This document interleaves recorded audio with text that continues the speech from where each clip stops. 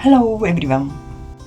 Today I'll be talking about the Japanese way of expressing gratitude with the word arigatou, as well as two concepts that go beyond words, On-Gaeshi and On-Okuri. I'll also explain how it differs from the English phrase thank you. At the end of this video, I will share some fun trivia about Japanese culture. Today's topic is something that even I personally wanna worry about, so please be sure to listen.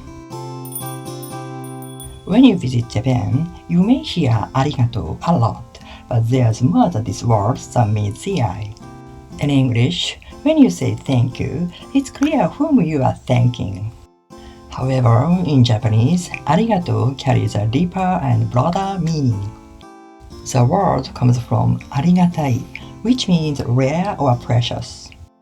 So, when we say arigatou, we are expressing gratitude not just to a specific person, but to all the people and events around us. It's a way of saying, I am thankful for everything in my life and do not take it for granted. Have you experienced any moments where you felt deeply grateful for something small or precious in your life? Another key element of expressing gratitude in Japan is bowing. There are different types of bows depending on the situation. A casual 15-degree bow, a more formal 30-degree bow, and a deeply respectful 45-degree bow. Bowing is not only a form of greeting or thanks, but it's also a symbol of respect and humility.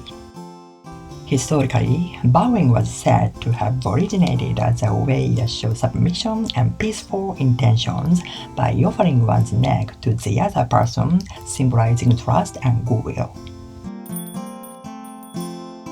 Furthermore, gratitude in Japan is highly formalized. In business settings, you often hear phrases like お世話になっております or いつもありがとうございます。It's important to choose the right word depending on the occasion, as it reflects how much gratitude and respect you feel towards the other person.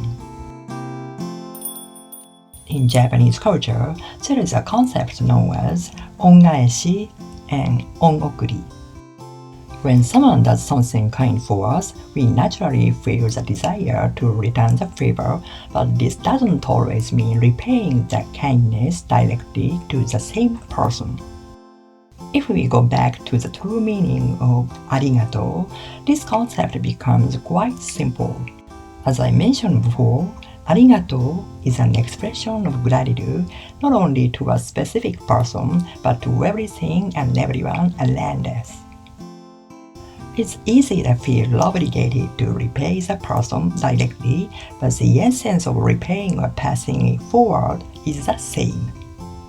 It's all about embracing and sharing the kindness you've received with others, whether it's the next generation or those around you. For example, there is a saying in Japan, you can't repay filial piety when your parents are gone. This highlights how sometimes we miss the chance to return a favor when we wait too long. Instead, by passing kindness forward to others and those others continuing to pass it forward, we can create a chain of gratitude that spreads far and wide. Over time, this warmth can slowly but surely make society a gentler, kinder place. Now, let's clear up a common cultural misunderstanding. You might have seen people in some countries putting their hands together when saying thank you. But in Japan, we only do this gesture when praying to our ancestors or gods, or when saying itadakimasu before meals. Itadakimasu means I humbly receive. What about in your culture? How do you express gratitude? Regardless of the language or cultural background, scientific studies have shown that expressing gratitude helps balance various systems in the body and has a positive impact on many mental and physical functions. Once again, I feel the importance of not letting the feeling of gratitude pass by, but instead expressing it to the other person immediately. Also, if you found this video helpful, please consider giving it a like or sharing it with someone who might appreciate learning about Japanese culture. Thank you so much for watching. The bow where one holds their elbows out and clasps their hands in front of their body, as seen in the photo, is actually a form of bow called konsu from Korea.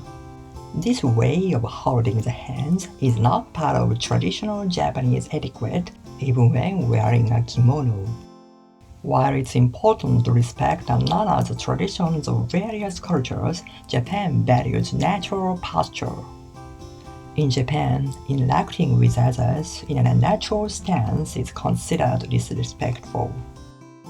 When the arms hang naturally at one side, the chest is open, which conveys sincerity and genuine heart to the other person. Clasping the hands in front might be mistakenly seen as a gesture of humility and modesty, but in Japan, it can be interpreted as an expression of self-assertion, which is considered impolite. I was taught Japanese style of bowing in school, but I wonder, am I the only one questioning why we are suddenly asked to adopt the Korean konsu style as soon as we become adults?